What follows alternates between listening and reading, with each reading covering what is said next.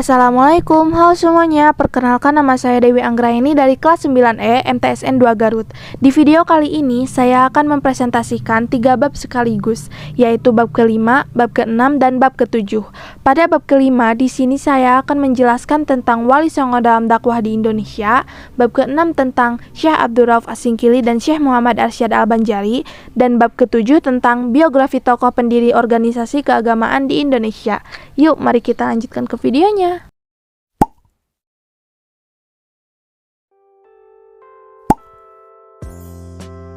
Sunan Ampel bernama asli Raden Rahmat, keturunan ke-22 dari Nabi Muhammad.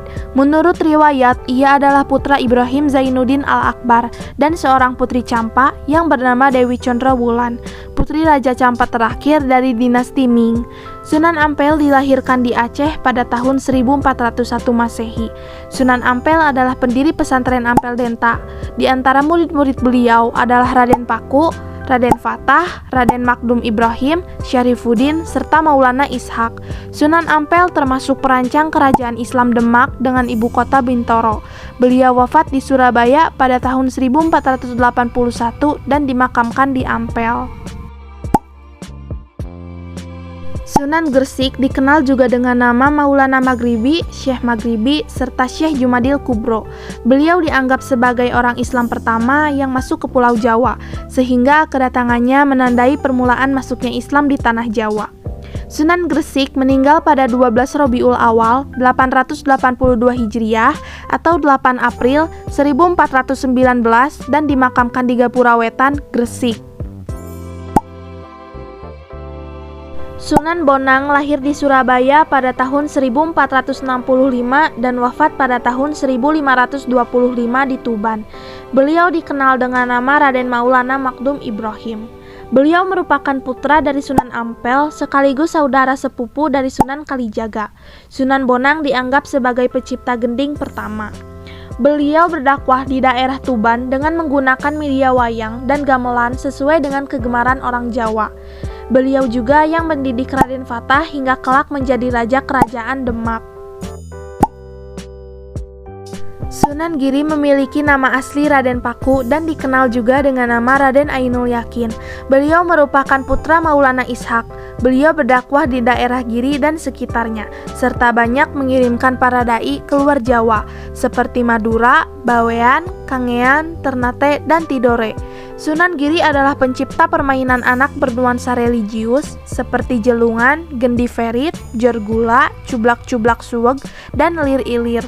Beliau wafat pada tahun 1506 dan dimakamkan di daerah Giri, Gresik.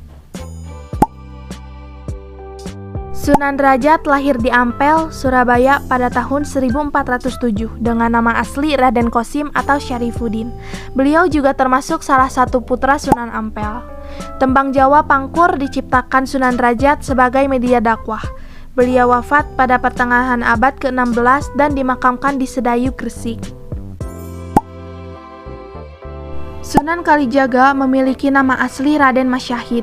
Ayahnya adalah Raden Sahur Temenggung Wilwatika yang menjadi Bupati Tuban, sedangkan ibunya bernama Nawangrum. Nama Kalijaga dalam satu versi berasal dari bahasa Arab dari kata Kodizaka yang berarti pemimpin yang menegakkan kebersihan dan kesucian, tetapi pendengaran orang Jawa adalah Kalijaga. Sunan Kalijaga dianggap sangat berjasa dalam mengembangkan seni wayang purwa atau wayang kulit, serta gamelan yang dipergunakan sebagai media dakwah Islam. Selain itu, beliau juga mengembangkan seni suara, ukir, busana, pahat, serta kesusastraan.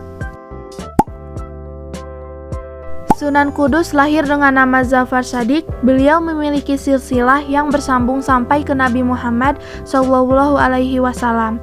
Sunan Kudus berdakwah di daerah Kudus dan sekitarnya. Beliau termasuk seorang ulama yang menguasai berbagai disiplin ilmu, seperti fikih, tauhid, hadis, tafsir, dan logika. Oleh karena itu, beliau mendapat gelar Waliul Ilmi atau orang yang kuat ilmunya. Sunan Kudus juga menciptakan gending Mas Kumambang dan mijil. Sunan Muria lahir dengan nama asli Raden Umar Said atau Raden Prawoto. Beliau adalah putra dari Sunan Kalijaga. Dalam berdakwah, Sunan Muria cenderung memilih tempat yang jauh dan terpencil dengan menyelenggarakan semacam kursus-kursus keagamaan bagi kaum pedagang, nelayan, dan rakyat biasa.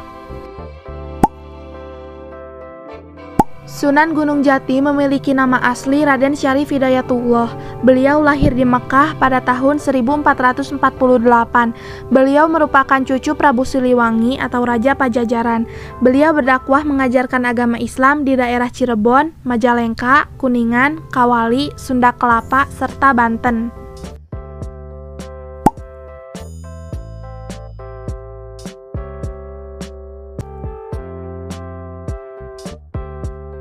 Abdul Rauf Asingkili memiliki nama asli Abdul Rauf Alfansuri yang lahir di kota Singkil. Ia adalah orang pertama kali yang mengembangkan tarekat Syatariah di Indonesia. Abdul Rauf Asingkili pernah menjadi mufti kerajaan Aceh ketika diperintah oleh Sultanah Sapiatuddin Tajul Alam. Abdul Rauf Asingkili memiliki sekitar 21 karya tulis yang terdiri dari kitab tafsir, hadis, fikih, dan tasawuf. Syekh Muhammad Arsyad Al-Banjari lahir di Lok Gabang, Martapura, Kalimantan Selatan pada tahun 1710 dari pasangan Abdullah dan Siti Aminah. Syekh Muhammad Arsyad Al-Banjari dikirim ke Mekah dan Madinah untuk belajar di sana selama kurang lebih 30 tahun. Sekembalinya dari Tanah Suci, hal pertama yang dilakukan Syekh Muhammad Arsyad Al-Banjari adalah membina kader-kader ulama dengan mendirikan kampung dalam pagar.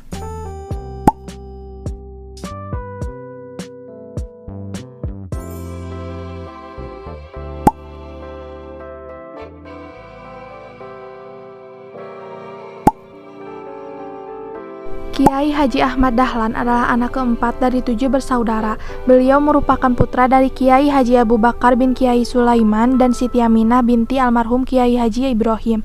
Ayah beliau adalah seorang khatib tetap di Masjid Agung Yogyakarta.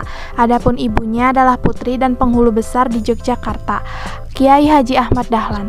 Nama yang diberikan orang tuanya adalah Muhammad Darwisi. Nama Ahmad Dahlan beliau peroleh dari salah satu gurunya di Semarang. Kiai Haji Ahmad Dahlan mendirikan Persyarikatan Muhammadiyah pada 8 Zulhijjah 1330 Hijriah atau 18 November 1912. Pendirian organisasi ini dipengaruhi oleh gerakan tajdid atau reformasi atau pembaruan pemikiran Islam yang dicetuskan oleh Muhammad bin Abd al-Wahhab di Arab Saudi, Muhammad Abduh, Muhammad Rashid Ridho di Mesir, dan yang lainnya. Berdasarkan hal tersebut, salah satu tindakan nyata yang dilakukannya ialah memperbaiki arah kiblat dari yang awalnya lurus ke barat, kemudian dengan mengacu pada ilmu falak dibuat agak condong ke utara 22 derajat. Pembetulan arah kiblat ini dimulai dari Langgar Kidul milik Kiai Haji Ahmad Dahlan sendiri dengan cara membuat garis saf. Semenjak didirikan, Muhammadiyah banyak bergerak di bidang pendidikan.